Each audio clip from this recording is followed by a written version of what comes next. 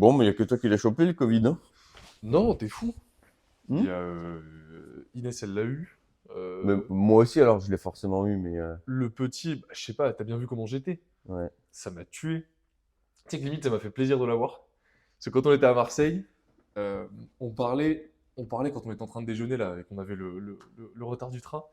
Et tu me dis quoi? Tu me dis, ouais, Arthur, bah, j'étais fatigué quoi. Tu me dis, Arthur, ouais, faut que tu lèves le pied, faut que tu arrêtes de faire trop de trucs et tout, tu vas craquer, tu vois. T'as insinué que moi, je pouvais faire un burn-out, tu vois. Et en plus, je me suis vraiment posé la question. Je me suis dit, mais ça se trouve, il a raison et tout. Peut-être que je fais trop de trucs, etc. Mais moi, c'est pas, ça m'arrive pas, tu vois. Je suis pas fatigué comme ça parce que je fais trop de trucs. Je me dis, peut-être qu'il a raison et tout, je fais trop de trucs en même temps. Et quand elle m'a dit Covid positif, j'ai dit, putain, mais yes, quoi. En fait, je suis juste malade, c'est pas du tout une question de fatigue. Donc, heureusement que j'ai eu le Covid. Ouais, deuxième café, je les enchaîne direct. Hmm. Ah ouais, ben là, c'est le café Imo ce matin. J'en pose un, j'en bois un. Café Imo. Ouais. Puis t'as vu, fond d'écran aussi, j'ai changé, j'ai remis mon petit château d'île Barite. Ah ouais, Ouais. c'est parti. Ça me faisait trop plaisir de le remettre un petit peu là. Je l'aurai un jour, mais je montrerai ce que c'est. Bon, café Imo, ouais, apéro Imo, café Imo, on fait ça le matin en ce moment. Comment on pourrait l'appeler ce podcast? Est-ce qu'il n'y a pas une meilleure... Mais je sais que toi t'aimes pas ce prénom, moi j'aime bien ce prénom. Mais ça fait un peu confusion avec les événements qu'on fait. Mais en même temps, les gens nous retrouvent plus facilement, donc... Je sais pas, moi j'aime bien, mais c'est vrai que le problème c'est que si à chaque fois on boit des cafés, Faudrait la prochaine... Mais la bière à 9h le matin, il va c'est peut-être vrai falloir. que... Ouais, non, mais je sais pas, on va bien rester, ben, on a qu'à l'appeler le café Imo, hein. Café Imo, pourquoi pas. Et ça résonne avec l'apéro Imo, hein. Bon, cette semaine, plein de nouveaux sujets, plein de nouvelles choses. En plus, j'étais en discussion avec mon notaire, mon agente immobilière, etc. Donc, plein de trucs à t'apporter, plein de trucs dont on peut discuter. Mais déjà, comment s'est passée ta semaine, toi? On s'est pas vu pour une fois cette semaine. Ouais. Lundi, mardi, mercredi, tu étais en déplacement, j'étais pas avec vous. Comment ça s'est passé un petit peu? Eh ben écoute, super chouette. J'étais à Tours lundi soir et j'étais à Rennes mardi soir. On a fait de super événements. Il y avait une soixantaine de personnes à chacun des apéros IMO. Et surtout, j'en ai profité pour faire les immersions de certains clients qu'on avait sur place qui sont en cours d'achat, Ouais. dont le projet de Et Théophile. raconte-moi, ouais, j'aimerais beaucoup que tu me racontes Théophile. Le projet de Théophile, donc juste pour poser le contexte, Théophile, c'est un sportif professionnel. Il n'aime pas trop qu'on en dise trop, donc j'en dis pas trop. C'est un sportif professionnel, et en fait, les sportifs professionnels, à la fin de leur carrière, ben, leur revenu s'arrête. Et il y a ceux qui sont prévoyants, qui investissent leur argent, etc. Et ceux qui le sont moins, et qui doivent reprendre un deuxième job en sortant. Et donc lui, il n'a pas envie de prendre un deuxième job, il a envie d'anticiper. D'autant plus qu'il a 30 ans, il est marié, il a un ou deux enfants. Deux Il a deux enfants, ouais. enfants, il a deux filles. Donc il y a ce truc-là. Et donc il avait déjà investi dans une première colocation. Et l'idée, c'est que là, nous, on l'a fait investir dans un immeuble de rapport. Donc on est allé sur place. Donc il m'avait montré le projet. En tout et pour tout, avec le budget travaux, on était à 280 000 euros. Il avait prévu de faire 4 T2 Ouais, je me dans souviens le très projet. bien. Avec un accès par devant, un accès par l'arrière. Exactement. Ouais. Et donc, on a fait tout le tour du projet. Et dans la disposition qu'il me montrait sur place, il manquait un petit truc. Il Ouais. manquait un petit truc. J'ai fait le tour plusieurs fois, etc. J'ai vu les dispositions. Et à la fin, je lui dis non, Théo, on va faire un T4 et deux T2. Ah, tu lui mets une colocation dans le. Eh ben, on peut en faire une coloc ou un appart à l'année, mais ça marche aussi en coloc. Et en fait, on réduit de 30 000 balles l'enveloppe travaux. Ouais, On augmente de 1 point le rendement. ok. Et en gros, au lieu de faire 30 000 balles de plus-value à la revente demain, mais il en fait 60. Au lieu de faire 680 euros de cash flow, il en fait 780 en enlevant le comptable, Mhm. en enlevant tout, hein. Oui, oui, ouais, c'est toujours frais déduits, ouais. Et finalement, Maxi Renta, il peut passer un appartement en location courte durée. Et il augmente de 300 balles encore le cash flow. Et s'il emprunte sur 25 ans, il augmente de 200 balles encore le Ouais, cash parce que flow. vous avez fait les calculs sur 20 ans, etc. Ouais. Et Et comment vous, donc, comment vous avez monté d'un point en mettant qu'un T4 et pas de T2? en diminuant l'enveloppe travaux. Ok, ok, juste avec Parce l'enveloppe que travaux. pour quasiment le même loyer qu'il va toucher, en gros, il avait prévu de faire à l'étage un loyer de 700, un loyer de 500. Ouais, Et donc là, l'idée, c'est qu'on va avoir un loyer de 1100 en coloc. ok. En plus, les super Sauf que secteurs, donc. moins 30 000 euros. Donc 30 000 euros, quand tu les empruntes sur 20 ans, ça représente 200 euros dans ta Ah ouais, mensualité. ok. Donc il fait 100 balles de cash flow en plus. Et il y a une rentabilité meilleure parce que, calculé sur le coût d'achat au total, ben, il fait plus de loyer, quoi. Donc là, il est sur un projet à moins de 250. Ouais. Ah, c'est pas mal ça. Ouais. C'est pas mal parce que lui, ouais, il avait déjà son projet, qu'il avait pris une bonne capacité d'endettement, etc. Donc là, il passe en société, je crois. Non, on va le faire en nom propre. Oh, il va le faire en nom propre finalement? On va le Ok. faire en nom Ouais, propre. parce que justement, c'était l'optimisation. Il se disait, ouais, peut-être que je vais faire la société finalement. Et il va le faire en nom propre. Mm. Ok. Ouais, mais lui, il est trop déterminé. Ouais. Moi, Et j'ai pas d'inquiétude sur le fait qu'il va y arriver. il est chaud d'enchaîner sur le suivant Bah ouais. très rapidement parce que bon, plus que 4 ans en tant que professionnel. Mais c'est ça qui est hyper intéressant parce qu'avec Théophile, à l'inverse de la plupart des personnes qui se lancent, tu sais, on dit toujours qu'il faut, on en parlait en plus dans un épisode, c'est qu'avoir des objectifs chiffrés, datés, c'est hyper important. Et bah, du coup, la plupart des gens, quand ils te disent, même là, je discute avec plein de monde aux apéros, avant les apéros, après les apéros, etc. Et quand tu leur dis, ouais, c'est quoi l'objectif? Bon, bah, liberté financière, tu vois, plus de revenus, tu vois, c'est toujours très flou, très vague. Mais Théophile, vu qu'il a la carrière qui s'arrête parce que bah, il arrive à la fin de sa carrière sportive, la deadline, Elle est précise, ouais. elle est précise, quoi. Lui, Mm. il te dit, ouais, moi j'ai 4 ans pour remplacer mon salaire, faire plus que mon salaire, devenir professionnel dans l'immobilier, acquérir plein de biens, etc. Et quand il t'en parle, il est hyper motivé, du coup, tu vois, parce que c'est hyper précis dans son esprit. Mais c'est ça que j'adore. On a quand même pas mal de gens alors qui sont pas professionnels pas professionnels sportifs, mais Ouais, qui sont un peu dans cette énergie de bah faut oui, aller toujours, vite, il faut toujours. Et on en parlait, de toute façon, il y a des points communs qui sont hyper drôles. Déjà, personne fume. ouais, Ça, c'est un incroyable. point commun que je trouve qui est hyper drôle. La quasi-totalité de nos clients fument pas. Ouais, la quasi-totalité fume pas. Chaque fois qu'on va boire un verre après les apéros, il n'y a pas une cigarette qui est sortie, quoi. Limite, on pourrait se mettre à l'intérieur, tu vois. Là, on va arriver en hiver, mais c'est 100% qu'elle de rester dedans. Personne fume, j'ai l'impression que tout le monde fait plus ou moins du sport, tu vois. C'est vrai. Tu vois, Emmanuel, 50 ans, il est plus baraque que toi et moi réunis, tu vois. Il y a des traits communs un peu comme ça entre. Ils mangent des salades au McDo. Il mange des salades au McDo. Ça, c'est la mentale de la team Imo Evolution. Ça, c'est du Ça mange contrôle, des ça. salades au McDo, les Ah, gars. qu'est-ce que ça m'a fait rire quand il a fait ça. Incroyable. Mais ouais, il y a des traits communs, quoi. Ok, donc Théophile intéressant. Et les apéros, Tours, j'ai l'impression que ça s'est super bien passé. Ouais. Ouais, on est toujours bien accueillis à Tours. Ouais, Des profils sympas, des profils ambitieux qui en veulent aussi. Ouais, c'est cool. Ouais. ok. Et Rennes, pareil, même énergie, super sympa. Égal à eux-mêmes, Ouais, toujours super. c'est toujours des secteurs qui sont cool, quoi. Ouais, génial. Ok. Bon, super sympa. Alors, cette semaine, il y Ouais. a, on va discuter un peu actu, etc. Mais je voulais commencer par quelque chose qui m'a fait bien rire. Dans le commentaire de l'apéro Imo numéro 2, il y a quelqu'un qui a mis un commentaire, je le mettrai dans l'apéro, qui m'a fait mourir de rire. Un truc du genre, ouais, super, pendant 1 heure et demie, ils ont pas clairement expliqué comment dépasser les 35%, bravo les gars, tu vois, un truc comme Ah ça. ouais. Et ça m'a fait trop rire parce que on l'a expliqué, mais peut-être juste que c'est pas la réponse à laquelle, tu sais, la personne s'attendait. Peut-être qu'au final, les solutions, bah, écoute, oui, on va pas, on n'est pas en train de lancer des fusées dans l'espace, tu vois, les solutions, elles existent, elles sont concrètes, on les a expliquées. Alors, on va refaire un petit point, ok? En 30 secondes, Martin, comment on dépasse les 35% d'endettement aujourd'hui? Je pense que je peux même te le faire en 10 secondes. En 10 secondes, allez, c'est parti. Tu passes doucement de l'endettement personnel à l'endettement professionnel. Ouais, Mais il faut les bons montages parce que sinon tu te fais éclater par la case impôt. Il faut comprendre les mécanismes qui te permettent d'aller chercher de l'endettement professionnel tout en pouvant te payer. Et bien sûr, on va pas délivrer toute la stratégie qu'on donne à nos clients sur le podcast, mais c'est ça la clé, c'est de passer de l'endettement perso à l'endettement pro. Et surtout,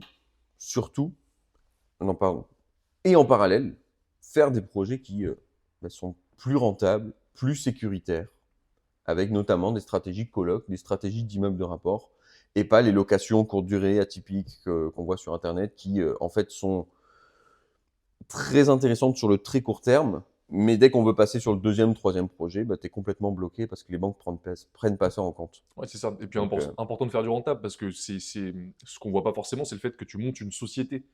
Donc une société, par définition, si elle n'est pas rentable, le point positif, enfin, l'intérêt d'une boîte, c'est de lever de la dette grâce à la boîte au bout d'un moment. Donc effectivement, faire un projet rentable dans une boîte, etc. tu te rappelles le nom de celui qui a posté le commentaire? Non, mais tu sais, c'est pas des noms, c'est pas des vrais noms. Bon, écoute-moi, Jean-Philippe. Ceci n'est pas une formation en immobilier, d'accord? Non, mais je sais plus comment il s'appelait, mais ça m'a fait trop rire parce que oui, on a parlé de ça. Alors après, évidemment, il y a un autre point aussi qu'on n'a pas soulevé qui peut être intéressant, mais qui est pas forcément un peu moins évident, mais c'est que on pense beaucoup emprunt bancaire. Bon, bah, tu peux lever de l'argent aujourd'hui de d'autres manières. Aujourd'hui, pour Ouais. passer les 35%, c'est soit tu lèves de l'argent autrement qu'avec les banques, soit effectivement, fiscalement, tu t'adaptes pour continuer à enchaîner avec les banques. Mais donc, tu peux effectivement lever de l'argent auprès de particuliers, éventuellement. Tu peux faire du crowdfunding immobilier, j'arrive même pas à le Ouais. prononcer. Vas-y, redis-le. Crowdfunding. Putain, j'ai vécu en Angleterre. Avec l'odeur du café, j'aime pas ce mot avec l'odeur du café. Ah ouais, non, non. Mais tu vois, tu peux faire ça. Mais après, ça, c'est des choses qui existent. Mais personnellement, moi, je l'ai jamais fait. Je sais pas comment ça marche. Je me verrais pas aussi conseiller là-dessus. Ouais. Mais effectivement, on peut chercher d'autres financements. Et puis, S'associer, faire plein de trucs. troisième C'est ça que point, je veux dire quand je parle d'endettement professionnel aussi. voilà. Hein. Association, monter des boîtes ou chercher de l'argent ailleurs. Il y a 3 grands piliers. Après, Mm. peut-être qu'il en existe d'autres. Aujourd'hui, en tout cas, c'est les trois qu'on connaît, quoi. C'est ça. Donc Et ça m'a fait bien ensuite, rire. arrêter de se chercher des excuses et Oui, y c'est aller, ça. quoi. Alors, Pas se cacher derrière un taux d'endettement, mais aller trouver des projets et pas aller demander l'autorisation au banquier, quoi. ouais, c'est clair. Mais ça m'a fait rire parce que c'est intéressant comme retour. Je me suis dit, bon, peut-être qu'on n'a pas été assez clair, peut-être qu'on n'a pas assez explicité, mais c'est les concepts qu'on a mis en avant. Bon, bah, on n'est pas en train de révolutionner l'immobilier, quoi. Mais parce que C'est ça. parfois, les concepts et les choses qui fonctionnent, c'est pas forcément des choses qui sont hyper compliquées. Et Mm. souvent, les gens, ils ont l'impression que pour dépasser le 30% d'endettement, il faut rentrer dans de la magie. Tu sais, aux apéros IMO, parfois, ils viennent te voir et ils te disent, comment est-ce qu'on fait pour dépasser? Puis avec une petite Tu lueur au t'assois fond en des yeux. tailleur, Oui, voilà, c'est ça. T'as presque les envie de mains leur vers le dire, ciel. oui, alors là, tu pries, du coup, tu attends que ça tombe. Mais non, c'est des solutions concrètes qui sont pas si démentielles que ça, quoi. Par contre, à mettre Ça en se fait bien. place, la solution, elle est facile à comprendre, à expliquer. Parfois, mettre en place, c'est un peu plus compliqué, quoi. Ouais. Mais c'est intéressant. Ok. Si jamais on refera un point, si jamais c'est pas bon. Je pense que tu as ton micro qui frotte sur l'autre côté. Hop là. Ça va faire un bruit dégueu au montage. Tu veux que je le mette plus? Ouais. Comme ça. Je pense que c'est bien. Là, c'est mieux, ça marche mieux. Ok. Ouais. Deuxième point très intéressant. J'ai échangé du coup avec mon agente immobilière, tu sais, pour l'immeuble que je suis en train de mettre en vente. Donc on a discuté, etc. Et plein de points intéressants ressortent de cette conversation. Et je voulais en discuter un peu avec toi parce que c'est une agente immobilière, alors qui est très sympathique, hein, que j'aime beaucoup, je m'entends très bien avec elle, je lui ai acheté un bien et en fait je le remets en vente chez elle, tu vois, donc je crée aussi cette relation un peu long terme comme ça, et c'est intéressant pour la suite évidemment. Mais c'est intéressant parce que elle est dans l'immobilier, elle est professionnelle de l'immobilier, tu vois, mais elle aborde pas tout à fait les choses comme nous on peut les aborder. Mm. Et j'en ai discuté avec elle de manière hyper ouverte, tu vois, et c'était hyper intéressant parce qu'elle-même me disait, ah oui d'accord, tu vois, j'avais pas vu ça comme ça, et je vais t'expliquer pourquoi. Donc, elle passe faire l'estimation de mon immeuble.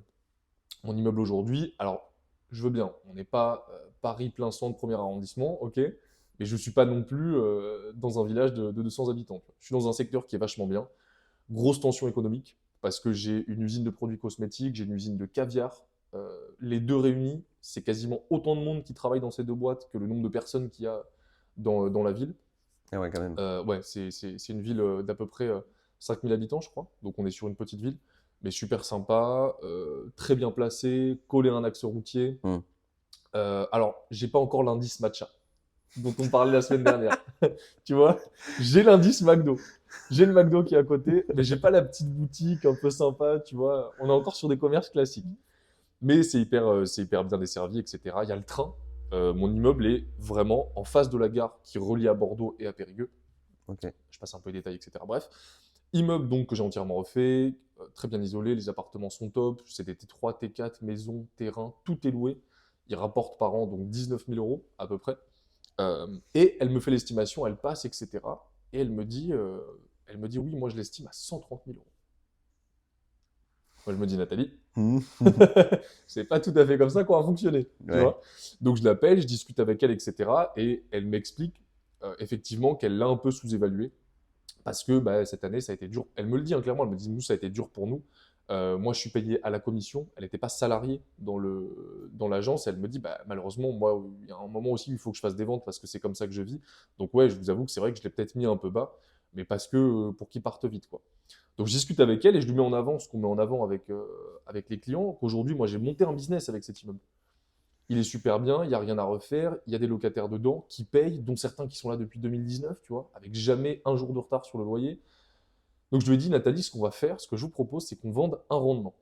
C'est ça qu'on va vendre. Moi, c'est ça que je veux vendre à des investisseurs, et cet immeuble, il est fait pour des investisseurs. Ouais. On va vendre un rendement, on va se baser là-dessus, on va tourner l'annonce, etc. Et je lui dis, bon, j'ai bien conscience qu'on n'est pas Bordeaux-Centre, Périgueux, donc moi, je vais le vendre 10% net pour qu'il parte vite. Donc je prends en compte qu'il y ait quelques travaux, tu vois, je veux bien la porte elle a changé d'entrée, etc. Ok. Et donc je l'ai mis 50 000 euros en plus et elle était 100% d'accord avec moi à la fin, tu vois. Et elle m'a dit ouais, ok, je comprends, c'est logique, etc. Et c'est hyper intéressant parce que cet exemple, ça montre, on parle souvent des figures d'autorité, bah, c'est pas eux qui ont parfois, mais c'est normal, la science infuse, tout le monde ne connaît pas tout sur tous les sujets, et C'est c'est clair. intéressant de sortir aussi de ce cadre-là, et c'est pas parce que c'est une figure d'autorité qu'il faut les écouter. On parle du Mhm. banquier, de l'agent IMO. Et vrai débat d'ailleurs. Est-ce qu'on dit une agente? Moi, je dis une agente. Une agente IMO? Moi, j'aime bien le conjuguer n'importe quoi, le, L'accordé? oh, je sais pas comment on dit. Enfin, le mettre au féminin, quoi. Je trouve ça bizarre, un agent IMO pour une femme. Bah, moi, je dis une agent IMO. Ouais, moi, je dis une agente IMO. Sinon, c'est les José, hein. Ouais, On dit José un Josette. José, une Un Josette. José, une Josette, ouais. Ça reste en plus dans les esprits. Mais c'est intéressant, ouais. Est-ce que toi, tu as eu des Ouais. expériences comme ça de professionnels de l'immobilier qui t'ont un peu, tu sais, euh, mal guidé, qui t'ont misleadé en anglais? Je sais pas comment dire en. Ouais, alors pas sur les ventes. Ouais. Sur les ventes, ça s'est toujours plutôt bien passé. J'ai eu quelques ventes qui ont traîné un peu, mais parce que j'ai été trop gourmand au début. C'est le problème de tout vendeur, hein. Surtout quand on est investisseur, on essaie de vendre un peu, on essaie de battre un peu le marché, et ça existe, Ah ça bah, de toute existe façon, pas, quoi. c'est toujours qu'une question de prix, hein. Et moi, non, moi, ce qui m'est arrivé, ah putain, c'est très drôle, c'est sur un immeuble que j'ai acheté. L'agent IMO m'a fait visiter le bien. Elle voyait pas ce que moi j'étais capable de voir dans la visite. Elle est directrice d'agence depuis 25 ans. L'immeuble est à 200 mètres de sa porte d'agence. Mhm. Ah, c'est celui en fond de cours. Ouais. Mhm. Et en fait, ce projet, quand elle me le fait visiter, elle me vend un local commercial, un T3 et un espace. Là, vous pouvez en faire un salon, c'est considéré comme de l'habitable. Ouais. Mais ce qu'elle voit pas, c'est qu'il y a possibilité de diviser, de créer un nouvel appartement, l'appartement qui a tout en haut de le diviser, etc. Et en fait, moi, j'arrive à le voir. Forcément, je le dis pas pendant la visite. Elle, elle le voit pas du tout. Donc, elle pense que. Donc, moi, ce projet, je le négocie à 140 000 euros. Et elle pense me vendre un truc à 8-9% de rendement. Sauf que moi, en fait, je suis à 12,5-13% de rendement parce que j'ai vu des trucs qu'elle n'a pas pu voir. Parce qu'elle n'a pas mes connaissances dans les travaux, elle n'a pas tous ces trucs-là. Et quelques mois après, quelques semaines après avoir signé le compromis, j'étais en train de faire passer les derniers artisans. Et je la fais passer parce que j'avais besoin qu'elle m'ouvre. Et donc, elle reste avec nous pendant une demi-heure, 45 minutes, et elle était là. Ah, mais ouais, mais monsieur Bourgeois, j'avais pas vu ça, moi. Ah, bah ouais, tu m'étonnes. Au lieu d'avoir un loyer à 800 balles, je vais avoir deux loyers à 650 et un loyer à 550 en plus, Ouais. tu vois, de ce qu'elle pensait. Bah forcément, le projet, c'est plus le même. Ouais, c'est clair. La capacité à se projeter dans les espaces, les agents immo ne sont pas souvent des bons investisseurs. Et ouais. Et ça, mais pas que, mais parce Et que même les artisans, hein. c'est Les normal. artisans non plus ne voyaient pas ce que j'avais pu voir dans le projet. Ah, mais c'est clair. Donc ouais, il y a certains agents IMO, enfin je dirais même la majorité des agents IMO, qui savent faire du classique, mais aller dans du technique, bah tu les perds et c'est pour ça que tu arrives à faire des bonnes affaires, hein, Bah, c'est en pareil, hein. travaillant avec eux. 80% de leurs transactions, c'est de la résidence principale ou un investissement locatif, mais où tu vas pas transformer le bien, etc. Donc c'est vrai Ouais. que tu réfléchis comme ça. En même temps, pour avoir cet œil-là, il faudrait investir et il y a assez peu d'agents IMO qui sont à la fois agents et investisseurs. Mm. Et puis ceux qui le sont, ils se gardent les meilleurs biens. C'est pas forcément les meilleurs agents. Ouais, c'est vrai. Donc non, non, c'est clair. Mais après, comme nous, il doit nous manquer plein de connaissances sur plein de sujets différents. Tu peux pas tout connaître forcément. Ouais, c'est vrai. Mais il faut pas se fier forcément à l'avis de tout le monde, quoi. Et quand on commence l'IMO, bah, c'est vrai que tu as souvent tendance à te mettre dans une position un peu ah, c'est le banquier, bon, bah, il a raison. Ah, c'est Ouais, la l'agent, bon, figure bah, il a raison. d'autorité, tu lui accordes Tu vois. de, Mais c'est intéressant parce beaucoup de que, crédit, ouais. par exemple, l'immeuble là, du coup, moi, je suis convaincu que c'est le bon prix et qu'il va partir, tu vois. Mais du coup, au fur et à mesure des semaines, bah, on verra. Est-ce qu'il part, est-ce qu'il part pas? En tout cas, le dernier Ça que y est, j'ai il est en vendu, vente là? bah, alors, le temps qu'elle me fasse le mandat, etc., parce qu'elle est débordée. Le temps qu'elle me fasse le mandat, il est en vente la semaine prochaine. Mais tu vois, le dernier immeuble que Ok. j'ai fait avec cette technique-là, il est parti en moins de 48 heures. C'est ce que je lui disais. Je lui ai dit, enfin, c'est une méthode que j'ai déjà utilisée, ça fonctionne. Donc on verra. Écoute, Ok. s'il part à ce prix-là, très bien. Et puis après, de toute façon, ce que la plupart aussi des gens comprennent pas forcément, euh, et j'en parlais avec elle, c'est qu'aujourd'hui, la vitesse de vente et le est-ce que ça se vend ou est-ce que ça se vend pas, ça n'est qu'une question de prix. Et ça, il y a un moment, il faut que les gens se le rentrent dans le crâne. Si ton bien, mais t'as beau y avoir mis toutes les installations du monde, ok? Tu peux avoir mis une baignoire en or massive. Tu peux avoir mis de la domotique dans tous les coins de ta maison, d'accord? Tu peux avoir tout ce que tu veux. Si il ne part pas au prix que tu as mis, c'est le marché qui est en train de t'expliquer que c'est pas le bon prix Ouais. et qu'il faut baisser. C'est aussi simple que ça. C'est pas Et une question de est-ce qu'il y a le bon acheteur. voilà, c'est pas une question de la vision que tu as de ton bien. On s'en fiche de la vision que tu as de ton bien. Ouais. Si ça se vend pas, ça fonctionne pas, c'est pas le bon prix. Ah Ouais. oui, mais je l'ai acheté. On s'en fiche de combien tu l'as acheté. Si c'est très bien, tu peux l'avoir payé 2 millions. Si aujourd'hui il en vaut 800, 800 quoi. Tu pourras pas le vendre 2 fois le prix. Ouais. Et c'est ça qui mène aussi parfois à des biens qui restent 2-3 ans sur le marché. Et en cherchant les immeubles, là je t'ai fait la réflexion il y a quelques jours, en cherchant les immeubles pour le j'achète pas, j'ai revu un immeuble. C'est un des immeubles que je voyais quand j'ai commencé l'immobilier il y a 3 ans. T'imagines? Ah ouais. Et je sais plus à quel prix il était, mais là il était vraiment pas cher. Il était genre à 50, un truc comme ça, mais je sens que c'est le genre de projet à 0, il est pas rentable. Ouais, il y a de quoi refaire, de l'amiante dans les murs. Ouais, c'est ça. Mais donc le marché, ouais, c'est le marché qui guide un peu tes pas, quoi. Tu peux pas le faire Carrément. différemment. Ouais, c'est certain. Bon, Faut pas être trop gourmand. on verra en tout cas si cette méthode fonctionne une Bah deuxième ouais, fois ou pas. tu nous diras, Mais, tu me tiendras au courant. mais je vous dirai, j'espère, parce que j'ai quand même un mariage à payer. Ouais. Donc j'espère que ça va fonctionner. Non, mais j'ai pas de doute. Deuxième discussion intéressante que j'avais avec elle, et c'est quelque chose dont je veux discuter avec toi. Je parlais un petit peu, et puis chaque professionnel de l'immobilier avec qui je suis en contact, que ce soit mon notaire, un agent, peu importe, la bancaire qu'on a vue à Nice, etc., je pose toujours la question, ça se passe comment en ce moment? Est-ce que vous avez beaucoup de dossiers? Est-ce que pour les banquiers, est-ce que vous avez beaucoup de demandes de crédit? Pour les agents, est-ce qu'il y a beaucoup de ventes? Est-ce que vous récupérez beaucoup de mandats, etc. Et elle m'a dit, bah, c'était très calme évidemment, première partie 2024.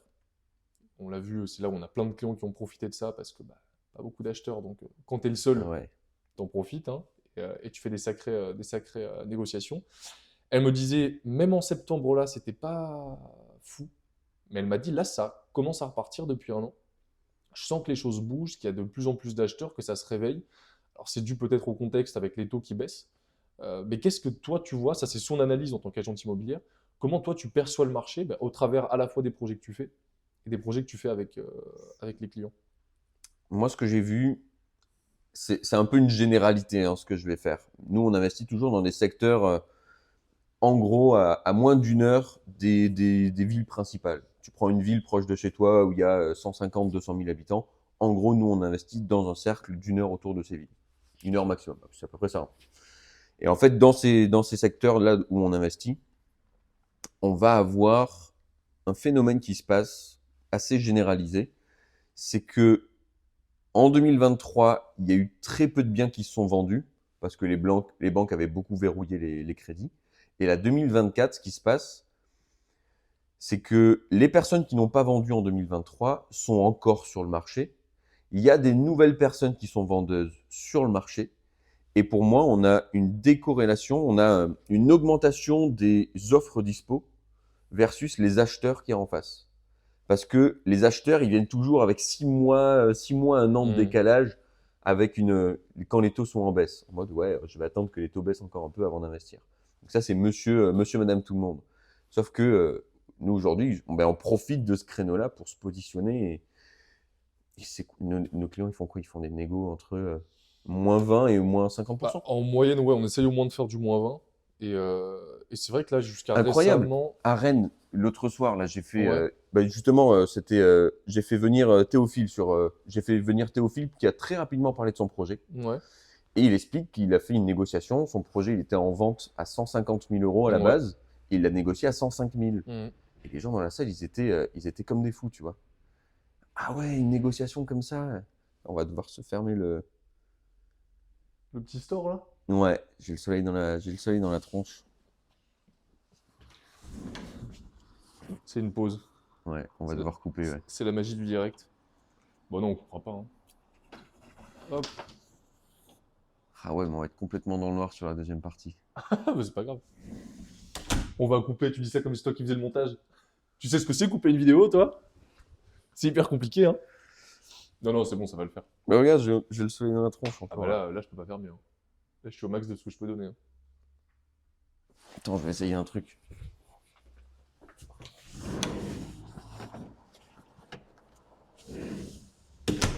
Ah bah non, j'étais pas au max. Mieux. Qu'est-ce que je disais? Et Oui, donc Théo, Théophile. ouais, du coup. Et donc, il explique sur scène que voilà, projet à 150 000 et avec une stratégie de négociation bien ficelée qu'on enseigne, mais il a passé le bien à 105 000. 150, 105 000, les gens, ils étaient, mais comment tu fais? Ouais, C'est pas 30, possible. Les gens 30%, avaient des quoi. doutes là-dessus. Mais c'est normal, en fait. C'est normal de faire ce genre de négociation. Ah bah c'est clair. Bah moi j'ai fait du 30%, toi t'as fait du 50%. Ouais, j'ai passé, c'était quoi? C'était en février, j'ai passé un immeuble qui est affiché à 163 000 à 83 000. Ok, mais tu vois, je pense que c'est intéressant. Je pense que c'est un sujet qu'on va creuser un peu parce que la négociation, c'est un sujet, surtout j'ai l'impression en France, qui est ultra épineux. Tu vois? Hmm. En fait, négociation, c'est un peu comme l'immeuble de rapport. Tu vois? Il y a ce que les gens imaginent et il y a la réalité de comment ça se passe. Ouais, Quand tu dis négociation, les gens ils imaginent que tu arrives avec, tu sais, avec un flingue, ouais, que tu arrives, que tu tapes le vendeur, tu le mets par terre, tu lui pointes le canon comme ça sur le crâne, tu dis baisse ton prix, baisse-le, tu vois, c'est un peu ça qu'ils s'imaginent, tu vois. pas du tout. Ils imaginent que c'est hyper violent, que c'est voilà. Vas-y, c'est quoi le truc mindfuck que tu penses sur la négociation?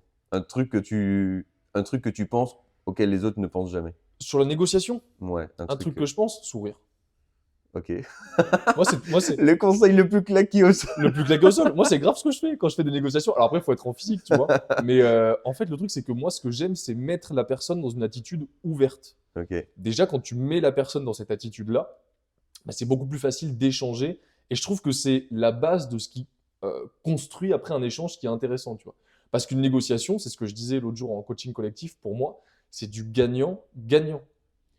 Il faut que dans la négociation, les deux parties sortent en étant convaincus, en ayant l'intime conviction, chacun d'avoir gagné.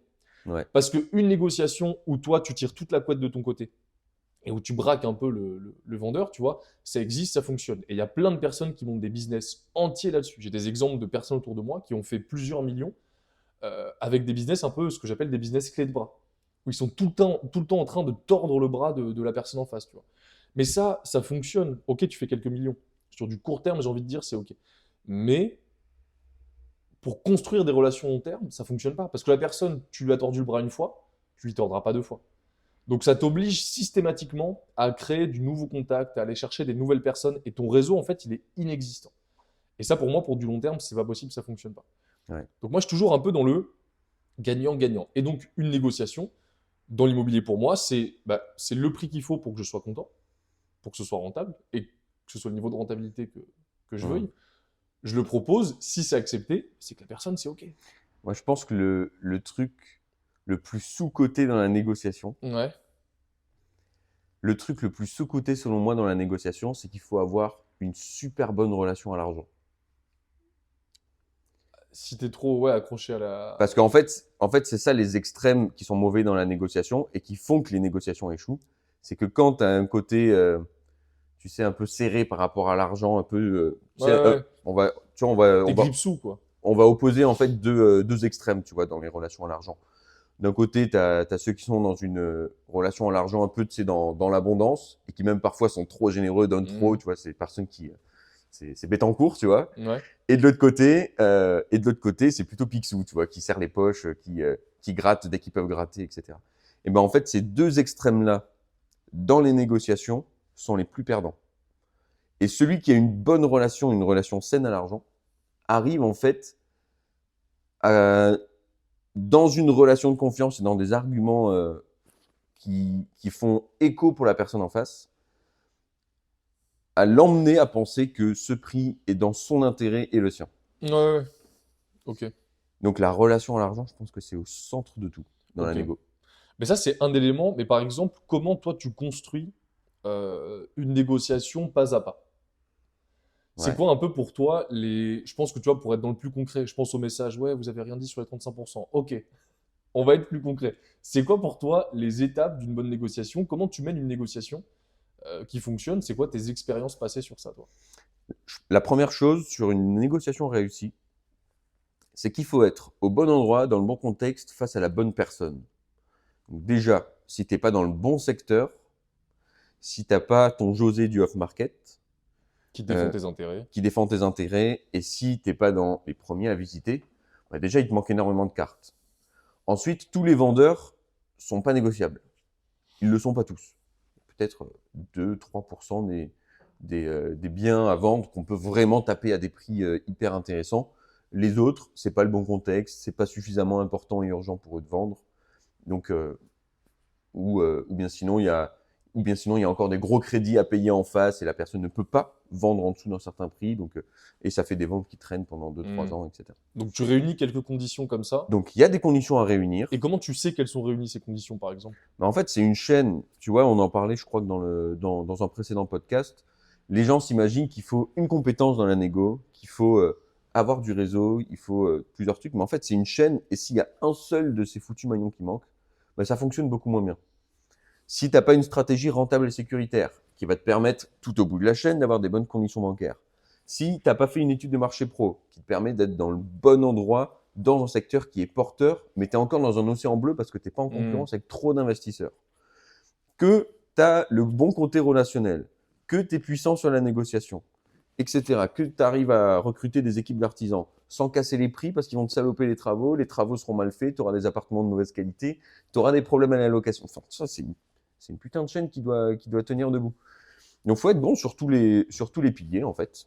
Et c'est pour ça qu'on n'est pas investisseur, on le devient. On ne naît N-A-I-T. On ne n'est pas investisseur, on le devient et ça s'apprend et il faut maîtriser tous ces trucs-là. Donc, dans la négociation, pour moi, c'est surtout une question de contexte, une question des compréhensions, tu vois, selon est-ce que j'ai un agent IMO en face, selon est-ce que j'ai un particulier en face, je vais pas orienter ma négociation de la même façon. Parce que le particulier, ben, peut-être que c'est la maison de sa mère dont il a hérité et qu'il a passé toute son enfance là et qu'il a un côté affect. Alors que l'agent immobilier, lui, il est là pour toucher sa commission. Et moi, je peux être beaucoup plus direct avec l'agent IMO et lui va prendre les pincettes ensuite pour orienter la négociation. Donc ça, c'est la deuxième chose. Donc dans le contexte, face à qui tu es, ben, en fait, ça joue beaucoup. Et la troisième chose qui est importante pour moi dans la négo, c'est moi j'aime bien dire je paye pour voir dans la négociation. Je paye pour voir, c'est j'accepte de manquer l'opportunité d'achat parce que j'envoie une négociation basse et que de toute façon, c'est moi l'opportunité. Ouais. C'est moi Dans l'opportunité. la perception de ta place dans la négociation aussi, ça change quelque chose, quoi. Je suis la putain d'opportunité quand je fais une offre sur cet immeuble affiché à 165 000 à 83 000 euros. Le mec, il est dans la merde financièrement, il s'en sort pas, son immeuble, il est pourri, il peut pas le louer parce qu'il est en DPEG. Il y a 100 000 balles de travaux à faire. Il y avait un chantier de dingue à faire sur celui-ci en plus, je m'en Il souviens. y avait beaucoup de travaux à faire, etc. Bah ouais, je suis une opportunité en rachetant son problème. Donc ouais, effectivement, pour acheter son problème, il faut que ça paye pour moi. Mais je suis l'opportunité. Ouais, c'est clair. Ça, c'est intéressant. Et par exemple, ça, c'est de la négociation. Là, c'est très axé immobilier, tu vois. Ouais. La négociation, c'est pas que de l'immobilier. À fond. C'est aussi, demain, c'est négocier son salaire auprès de sa boîte. C'est, tu vois, négocier un poste, tu vois, dans une nouvelle société. Dans des négociations plus de la vie de tous les jours, tu vois. Ce serait quoi les leviers que tu actionnerais, toi, parce que tu négocies pas que pour l'immobilier, toi, tu négocies toute la journée. Ouais. Tu as 3 sociétés, tu fais plein de trucs, tu négocies avec les gens qui bossent avec toi, tu vois. Nous, on a fait aussi souvent des négociations par rapport à ça, etc. Il y a plein de types de négociations différents. Toi, c'est quoi, je sais pas, 1, 2, 3 éléments que tu utilises dans les négociations pour performer, être meilleur et en fait, j'ai envie par là que les gens comprennent que la négociation, c'est pas des clés de bras, quoi. Parce qu'on a beaucoup négocié ensemble, etc. Tu vois, je vois comment tu fais aussi. Et c'est hyper intéressant parce que c'est très loin de l'image qu'on s'en fait. Donc là, toi, sur l'immobilier, ça j'ai compris très clair. Au bon endroit, au bon moment. Avoir fait l'étude de marché qui te met dans le bon secteur, évidemment. La bonne opportunité, ça passe par des connaissances aussi, travaux, etc. Le bon interlocuteur. Et ensuite, se définir sa place en étant l'opportunité. 100% d'accord. Et pour des négociations pas immobilières, c'est quoi les leviers que tu mets en avant, toi, et que tu mets en place Tu veux que je t'improvise une formation de négociation, là? Ouais, fais-moi un petit truc, parce que c'est un thème qui est tellement mal compris, je trouve ça intéressant de le développer un peu plus, tu vois. Alors, Arthur, sur une bonne négociation, ce qui est important, c'est de comprendre les intérêts de la personne en face. Ouais. Et de l'emmener à penser que la solution que tu lui proposes va autant dans ton intérêt que dans le sien. Mais en fait, je viens de m'apercevoir que va carrément dans son intérêt plus que dans le tien. Parce que dans une négociation, la personne que tu as en face en a à peu près rien à foutre de tes intérêts. De ce que toi tu veux. Ouais. La seule chose qu'elle cherche, c'est défendre les siens. Et donc, dans une négociation réussie, l'idée, c'est de lui montrer que la solution que tu lui proposes défend ses intérêts. C'est la meilleure façon d'obtenir ce que tu veux dans une négo. Ok. Ça, poser plus de questions que d'affirmations. Des questions ouvertes, P3QCOC. Pourquoi, quoi, comment, je sais plus Ouais, ce que c'est. exactement. Pourquoi, quoi, comment, quand, où, etc. Et jamais réagir à chaud. Jamais réagir à chaud, jamais Ça, c'est un réagir vrai truc. émotionnellement, Ouais. parce que c'est la meilleure façon de se planter, de sortir à un moment donné de la relation saine que tu peux avoir avec l'argent, par exemple, parce que justement, il y a le côté émotionnel qui rentre en jeu. Donc ouais, faut être posé par rapport à Ça, le ça. troisième point, c'est hyper intéressant. Moi, je sais que les deux premiers, ça va. Je les avais. Troisième, pas forcément. Moi, j'étais très réaction à chaud, oui, Ouais, non direct, etc. Parce que aussi, je sais pas, j'ai l'impression que les décisionnaires prennent des décisions super rapides, tu vois. ouais, Sauf qu'en fait, eux, ils le prennent parce que il y a 40 ans d'expérience derrière eux, donc ils sont capables de la prendre rapidement, cette décision. Mais moi, pas forcément. Mais c'est vrai que question ouverte, super important. Ben, c'est le proverbe, hein, t'as deux oreilles et une bouche, c'est pour écouter deux fois plus que tu ne parles, tu vois. mm, Et ça, c'est véridique. Il faut écouter, écouter, écouter, comprendre. Et si je mets un peu de contexte, bah, demain, je sais pas, un salarié qui vient te voir et qui te dit ouais, je veux une augmentation. Le but, c'est pas de dire oui, non, c'est ah, ok. Bon, bah, pourquoi tu veux une augmentation? Ouais, parce que je vais attendre un nouvel enfant. Bah, ouais, pourquoi ça me concerne, tu vois? Moi, c'est par rapport à la société que ça va m'intéresser, tu vois. Est-ce qu'il n'y a pas d'autres éléments qu'on peut mettre en avant? Est-ce que tu apportes plus de productivité? Est-ce que tu vois ce que je veux dire? Poser des questions ouvertes, etc., discuter, c'est ça qui ouais, permet de comprendre aussi le pourquoi du comment et de comprendre si les raisons sont justifiées ou injustifiées, quoi. Et se mettre à la place de l'autre, c'est hyper important. Et c'est pas une question de clé de bras et de. ouais. Si tu arrives à créer des contextes dans lesquels tu as le choix, ça fonctionne bien, tu vois. C'est ce que je préconise à ceux qui sont salariés, qui ont envie de renégocier votre salaire.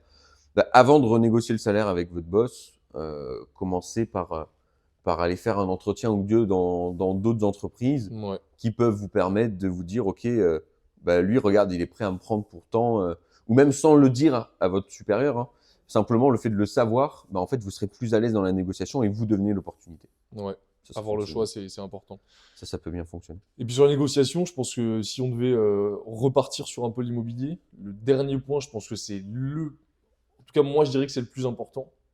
C'est que la négociation immobilière, ce qui est bien, c'est que tu négocies en plusieurs temps avec souvent un intermédiaire. Une négociation immobilière, c'est pas une négociation qui se fait à une table. Donc les gens qui sont pas à l'aise avec la négociation, qui sont pas à l'aise avec ces méthodes, tu vois, poser des questions, écouter, parce que c'est aussi quelque part un réflexe qu'il faut développer presque. Donc si Mmh. toute ta vie tu l'as pas fait, ça peut être un peu compliqué. L'immobilier, je trouve que c'est le domaine dans lequel la négociation, elle est entre guillemets la plus facile parce que tout se fait avec un agent en intermédiaire, avec des emails, avec des coups de téléphone, etc. C'est pas du tout une négociation à la table, quoi. Ouais.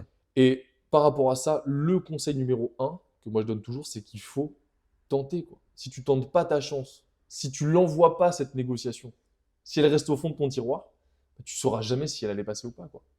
Ouais. Et l'immobilier en démo, à faire des visites et des visites et des visites et à pas envoyer de négociation, mais ça, c'est, C'est vrai. allez, pas 80%, mais je pense qu'il y a un peu plus, je pense qu'il y a un peu plus de la moitié des gens qui veulent investir qui sont dans cette situation, à mon Ouais, avis. ouais, Si je ouais. devais donner une stat, tu Ouais, vois, ouais, ouais, ouais, je pense. je prends certains clients qu'on a eus qui avaient fait 20 visites avant de nous rencontrer, pas une offre envoyée en 20 visites. Mmh.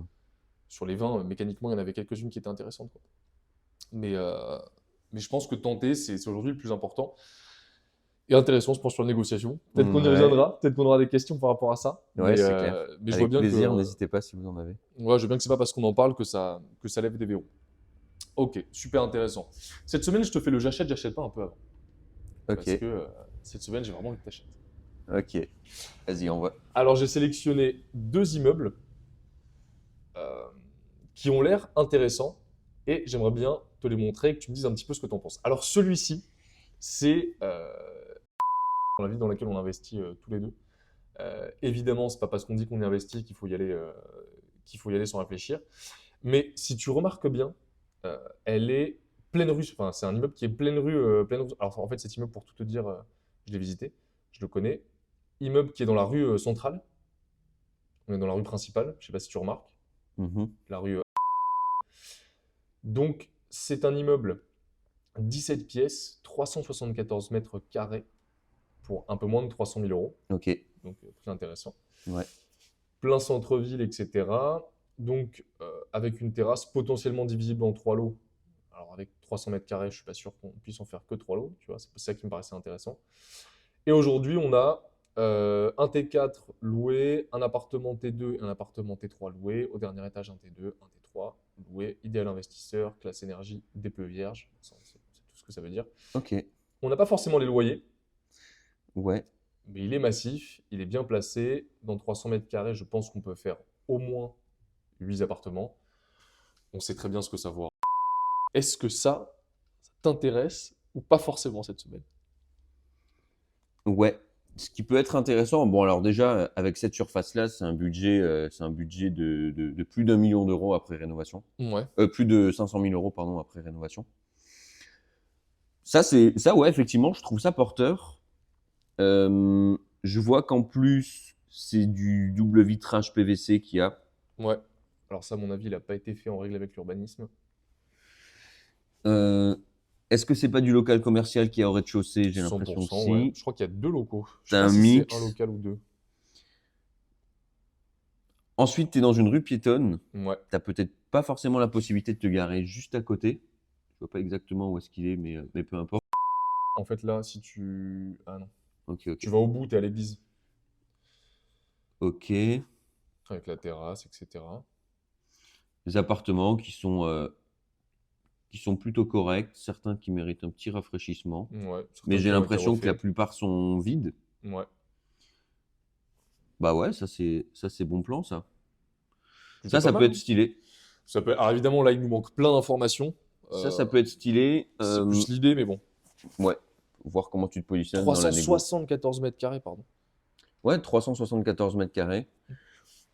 Tu peux faire 8-10 appartements, quoi. Oui. Et alors, attends, ils disent quoi? Premier étage, un spacieux T4 loué. Deuxième appartement,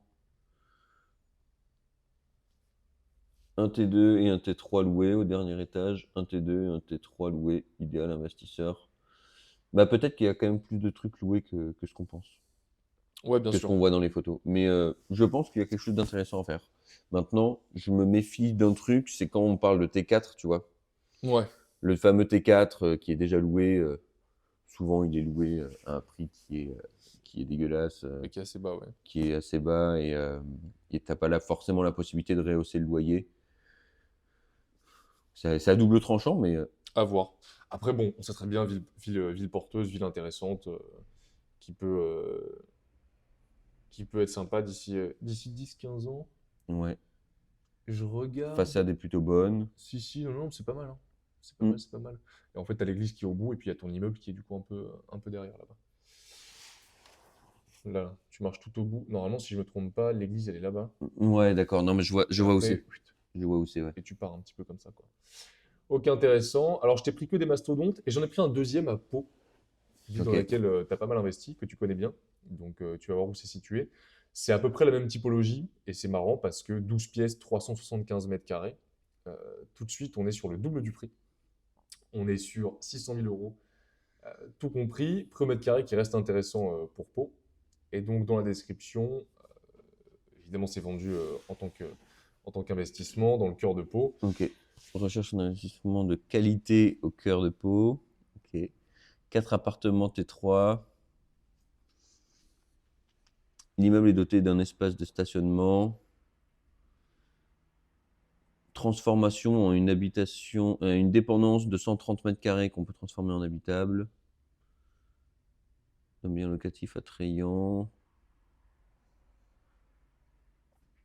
Alors, C'est pareil, celui-ci nous manque quelques infos.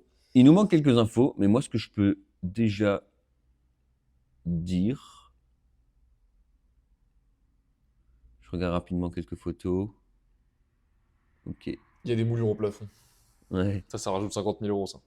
Des moulures au plafond, Kevin. Ça, tu vois, il n'est pas neuf, il n'est pas non plus Non, il est propre, hein. tout à refaire. Il est propre. Il y a sûrement un peu des DPE à rehausser, tu vois, avec quelques petits Ouais. travaux. Ce que je pense, à ce budget-là, en fait, plus tu augmentes le budget, plus tu peux te rapprocher des villes intéressantes. Parce que, en fait, quand je dis que plus tu augmentes le budget, c'est plutôt plus tu augmentes le volume, plus tu as la possibilité de te rapprocher des plus grandes villes. Pau, tu achètes un appartement pour faire de la location à l'année, c'est pas rentable. Tu vas t'autofinancer. Si tu as acheté il y a 5 ans, peut-être que tu vas gagner un peu de cash flow, mais aujourd'hui, si tu le fais, tu en gagneras très peu, à moins que tu tapes les travaux toi-même. Donc, dans ce cas de figure-là, vu que là, tu as du volume, pour moi, c'est un projet sur lequel tu peux te positionner. Parce qu'avec le volume, tu vas pouvoir obtenir un prix d'achat relativement intéressant et tu vas avoir un ratio achat loyer mètre carré qui va être intéressant. Mais tu prends le même immeuble 2 fois plus petit, je te dis non. Ouais. Bah, celui-ci, moi, Mais par ce contre, que j'avais attention, pensé, ça s'adresse à des personnes qui peuvent faire un projet peut-être à 700 000, 800 000, quoi. ouais, c'est clair. Mais à Moi, ce budget-là, effectivement, vaut mieux se positionner dans une ville qui a des caractéristiques un peu comme Pau. bah, le truc, c'est que à ce budget-là, tu peux acheter 2 immeubles comme celui qu'on a vu. Donc, c'est ce que je me dis aussi dans la réflexion. Et après, ce que je m'étais dit sur un immeuble comme ça aussi, c'est ben, effectivement, là, moi, pour moi, si c'est pas rentable, ça, c'est plus un projet type marchand de biens, quoi. C'est genre, tu l'achètes. Aussi, Et encore, lui, il est un peu trop beau. pour moi, il est un peu trop cher déjà à l'achat Mais oui, oui, après, pour c'est. pouvoir faire ça. Mais par contre, non, Il a je déjà pense été que, baissé. ouais, je pense que tu peux en tirer un rendement quand même, hein. Tu peux quand même en tirer un rendement intéressant. Si tu le remanies, bah, en refaisant des appartements, pourquoi pas. Mais effectivement, pas mal de travaux, grosse surface, etc. Donc tout de suite, Ouais. on rentre dans un chantier qui est différent. Mais bien placé, Pau, qui est une ville qui a bien évolué, hein. Pau, toi, l'appartement que tu as fait, ta première colocation, je crois, Mm. t'es en plus-value latente de combien de pourcents dessus?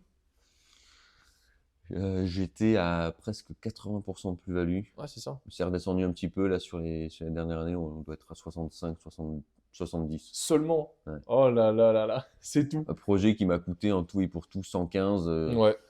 Là, je pense que je dois pouvoir le revendre sans. Faut que je fasse le calcul de tête comme ça rapidos, mais 180, entre 180 et 190 000 euros. Ouais, c'est ça. C'est ça. Ouais.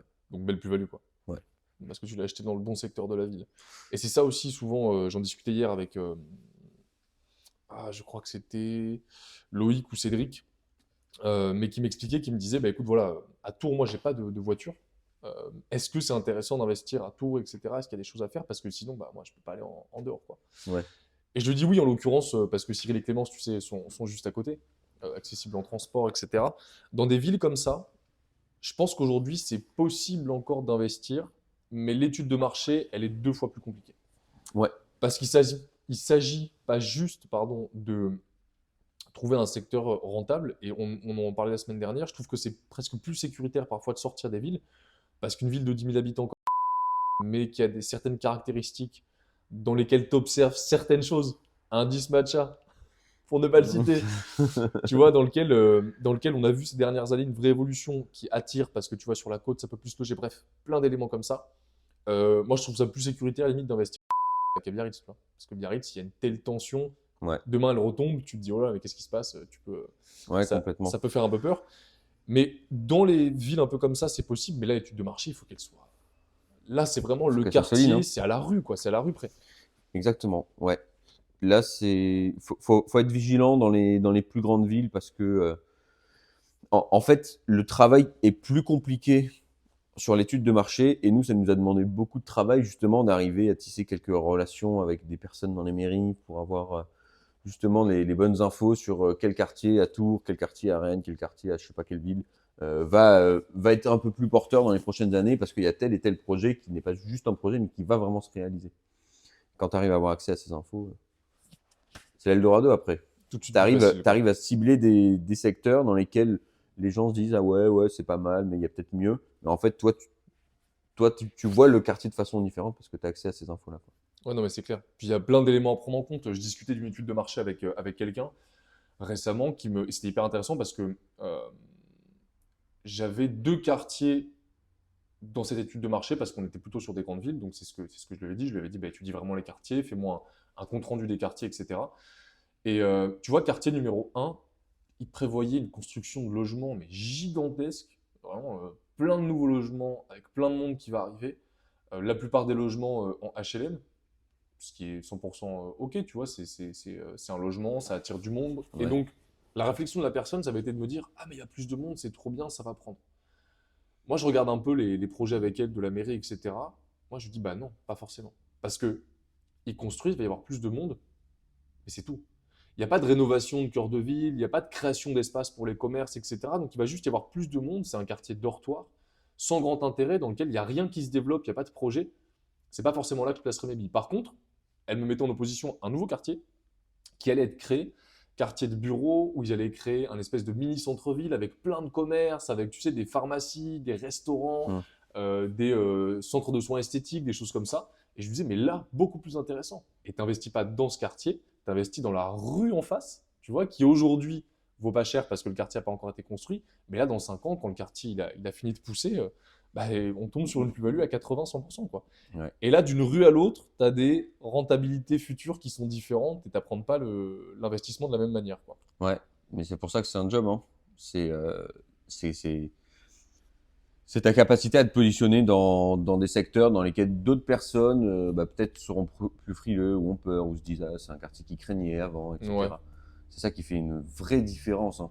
Tous ceux qui ont réussi rapidement dans l'immobilier, on commence par investir en province et petit à petit, au fur et à mesure, se rapprochent des grandes villes, au fur et à mesure que leur capital augmente, qu'ils ont fait des Mm. bonnes affaires, que leur rendement a remboursé du crédit, etc., quoi. Ouais, mais c'est clair.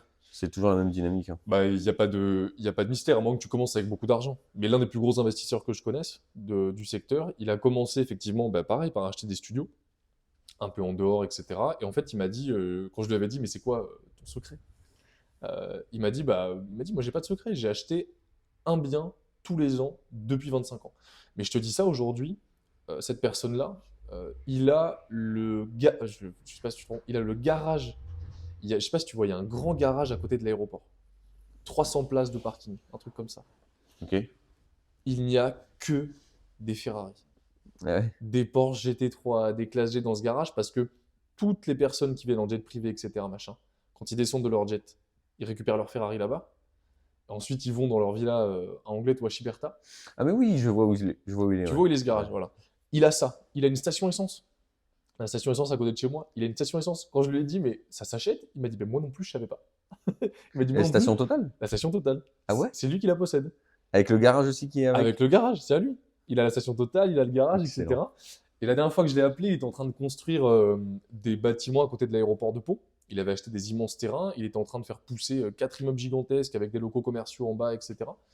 Et il vendait ça. Et tu vois, quand je lui ai dit, en gros, c'est quoi la stratégie, il m'a pas sorti des trucs alambiqués. Genre, ouais, Hmm. j'ai développé une stratégie en 25 points clés, hyper importante. Non, il m'a dit juste, j'ai acheté tous les ans, quoi. Puis après, bah, tu revends, tu rachètes, tu fais de la plus-value, que tu encaisses, que tu réinvestis, etc., etc., quoi. C'est un truc qui se fait au fur et à mesure. Ouais. Un Et bon money management, un on bon money appelle ça. management. Parfois, aux apéros, il y en a qui me disent, ouais, là, je gagne 1500 euros par mois, je veux faire 2000 euros de cash flow dans 6 mois, tu vois. Bah écoute, mon coco, Non, mais je dis pas que c'est impossible, mais bon, ouais. là, la négociation, c'est du 95% qu'il faut envoyer, quoi. Donc, Ouais, c'est chaud. c'est pas les mêmes négos. Mais c'est intéressant, ouais. Bon, peut-être qu'on l'invitera. D'ailleurs, il faut qu'on commence à inviter des gens un petit peu. Ouais, c'est vrai. Ok, donc t'achètes moyen bof. Ouais, j'achète dans 5 ans. Ok, ok. Ça, Apollo? Ouais. Ok, ok. Ah oui, par rapport à ta situation. Ouais. Ah, ok, je croyais par rapport à l'évolution de la ville, j'ai acheté pas. Ça va être encore Quand plus cher. j'aurai envie de faire plus du patrimonial, Ouais, ouais, dans carrément. quelques années, j'achète. Ok, je suis content, je commence à te faire acheter doucement. Ouais, c'est bien. J'ai l'impression d'être un vendeur de tapis, tu sais, qui vient toutes les semaines avec sa marchandise. Ah, Martin, cette semaine t'achètes, c'est bon, je suis content. Tapis tressé, tapis. Ah ouais, ouais, ok, bon, bah nickel. Bon, parfait. Ouais. Bon, petite Deux question. j'achète. Un maintenant, un demain. Ouais, bon, lui, c'est quand même pas maintenant. Moi, Ouais, pas je mal. compte un, j'achète. Ok. Pour une fois, j'ai réussi à te faire acheter un truc. Petite question. C'est pareil, c'est des questions, mais aussi des réflexions qui peuvent m'être amenées de temps en temps. La première, c'est toi, aujourd'hui, tu conseilles souvent de négocier auprès de la banque, donc différents éléments. Et c'est intéressant parce que tu les mets pas dans l'ordre de la plupart des autres personnes et de la plupart des autres investisseurs. Est-ce que tu peux réexpliquer ce que toi tu négocies avec la banque et dans quel ordre d'importance tu le négocies et pourquoi? Je pense que Hmm. c'est intéressant parce que tout le monde est concentré sur le taux. Ouais. C'est marrant parce que toi c'est quasiment le dernier, quoi. Donc pourquoi? Comment ça se fait? Ça, c'est la dernière chose qu'il faut négocier. Ouais, les choses qui mettent le plus d'argent dans ta poche, bah, c'est le différé, c'est le fait de pas mettre d'apport, c'est le fait d'emprunter sur plus longtemps, c'est la suppression des indemnités de remboursement anticipé. Arriver à négocier le taux, en fait, c'est quoi le problème de faire ça? C'est que tu vas avoir l'impression de gagner 50 balles par mois parce que tu rembourses 50 euros d'intérêt en moins. Et donc, cumulé sur 15 ans, 20 ans, 25 ans, effectivement, ça fait une vraie différence.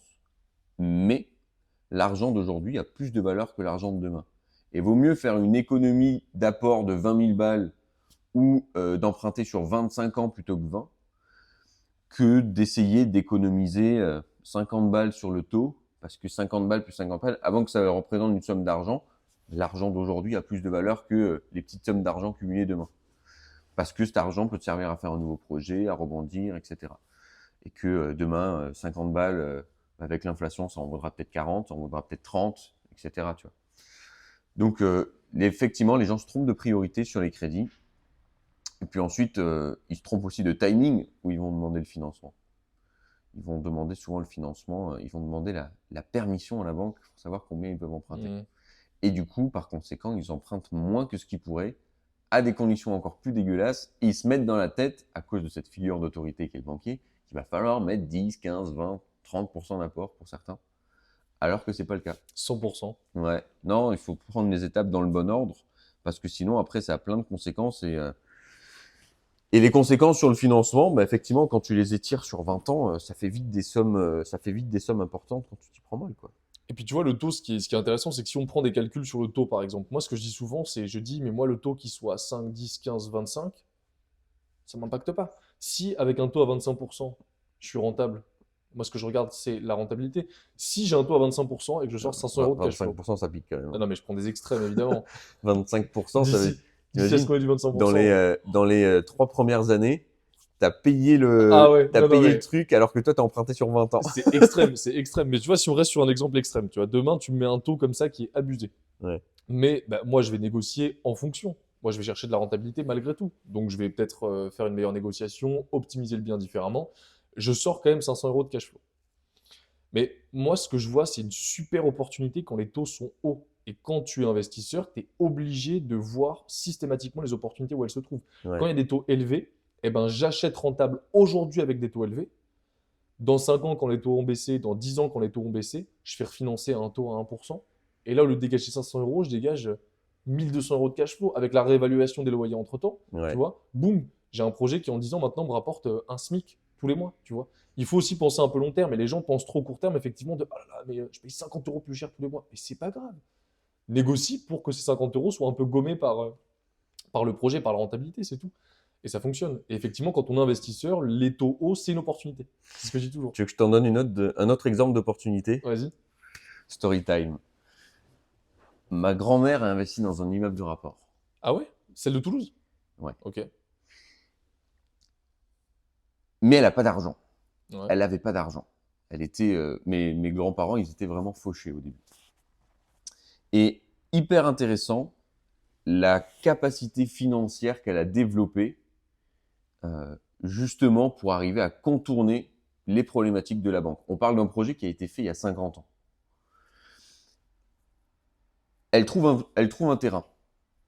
Elle trouve un terrain qui est actuellement agricole, mais avec des bons contacts à la mairie, elle apprend qu'il va être considéré comme constructible. Mhm. Elle l'achète. Un an après, le terrain, il est valorisé comme constructible. Alors, elle achète le terrain, à l'époque, il avait coûté genre 15 000 balles. Elle avait mis toutes ses économies Ouais, dans le terrain. c'était très cher pour l'époque déjà. Ouais, Pas le terrain était cher, mais c'est beaucoup d'argent pour c'était l'époque. beaucoup quoi. d'argent. Ouais. C'était peut-être il y a 40 ou 50 ans. Le problème, c'est que ma grand-mère, elle est mariée à un mec qui a 28-30 ans à ce moment-là, qui a repris les études pour faire médecine. Donc mon grand-père qui est guadeloupéen. Il a repris les études, ils étaient en Guadeloupe, ils sont revenus en France. Ils ont fait lui il a galéré pas mal pendant les études parce qu'il a refait une reprise d'études, etc. Et ils ont lancé un petit cabinet à Toulouse. Et avant que ça marche, ça a pris pas mal de temps. Et donc elle travaillait gratuitement dans le cabinet en tant que Elle faisait l'accueil, elle faisait la comptabilité, elle faisait tous ces trucs-là. Sauf qu'elle travaillait gratuitement. Et donc ma grand-mère, qui est allemande, elle travaillait en France gratuitement pour mon grand-père. Et en fait, c'était un peu compliqué parce que du coup, elle cotisait pas, etc. En gros, dans l'idée, c'est demain, si mon grand-père meurt, tu vois, pour une raison X ou Y, elle a rien du tout. Et donc, c'est son frère qui lui a dit, mais il faut que tu achètes, il faut que tu fasses un truc. Et donc, elle a acheté ça en Allemagne, ce terrain, avec tout son capital. Alors, je dis pas que c'est ce qu'il faut faire, mais juste pour que tu comprennes comment elle a été smart. Et en fait, elle a fait un projet. Elle avait aucune connaissance dans l'investissement, sur les études de marché, sur ce qu'il fallait faire. Elle a simplement regardé comment elle pouvait utiliser au mieux son argent. Et quand le terrain il a été viabilisé, du coup, la valeur du terrain a presque doublé. Et elle est allée voir la banque en mode, regardez, aujourd'hui, j'ai pas d'apport, j'ai aucun capital, mais ce que je vous propose, c'est de prendre en hypothèque le terrain et le delta de valeur qu'il y a eu. Et grâce à ce delta, en fait, c'est comme si je mettais de l'apport dans le projet et vous financez la construction d'un immeuble. Et elle a fait construire un petit bâtiment. C'était il y a 50 ans, avec des taux d'intérêt qui étaient à 10%. Et donc, elle s'est autofinancée pendant longtemps. Puis ensuite, elle a fait racheter son crédit, etc. Et aujourd'hui, elle n'a pas de retraite. Mais c'est ça qui lui paye 100% de sa retraite. Putain, c'est beau, hein. Ouais. C'est en Allemagne, ce truc? Ouais. Incroyable. Ok, pas mal. Ouais, vision long terme, quoi. Et deuxième projet, parce qu'on n'en a pas fait qu'un, et le deuxième, je trouve qu'il est encore plus smart. En Guadeloupe, elle va là-bas et elle se dit, OK, il faudrait que je continue d'investir. Toujours pareil, elle n'a pas d'argent. Alors, à l'époque, les règles étaient un peu moins strictes qu'aujourd'hui, mais elle trouve un appartement bien placé, elle arrive à le négocier. Et pour aller voir le banquier, elle n'a pas d'apport toujours, elle arrive à tisser des liens avec un mec de Air France sur place, et elle arrive à convaincre son supérieur dans Air France de louer l'appartement en exclusivité pour justement les pilotes d'avion qui vont en Guadeloupe, qui vont en France. Et donc, pour pouvoir le louer en exclusivité, elle demande de payer d'avance 2 ans de loyer. Avec ces 2 ans de loyer, elle va voir la banque, capital, elle lève le financement, elle achète l'appartement qu'il ne possédait toujours pas, et elle a obtenu un appartement avec de l'argent qui lui appartient pas. Mais c'est ta grand-mère qu'il faut qu'on fasse venir sur le podcast. Rigolerie, hein. Mais c'est incroyable. C'est trop ouf. Ouais, c'est bien. C'est trop ouf. Bah, problème, solution, quoi. Ouais. Et la plupart des gens vont te dire, ah ben non, j'ai pas d'argent, je le fais pas. C'est ça. Bon, bah, très bien. Bah, du coup, Mais quand j'ai appris ça, mais moi j'ai appris ça il y a 3 ans, tu vois.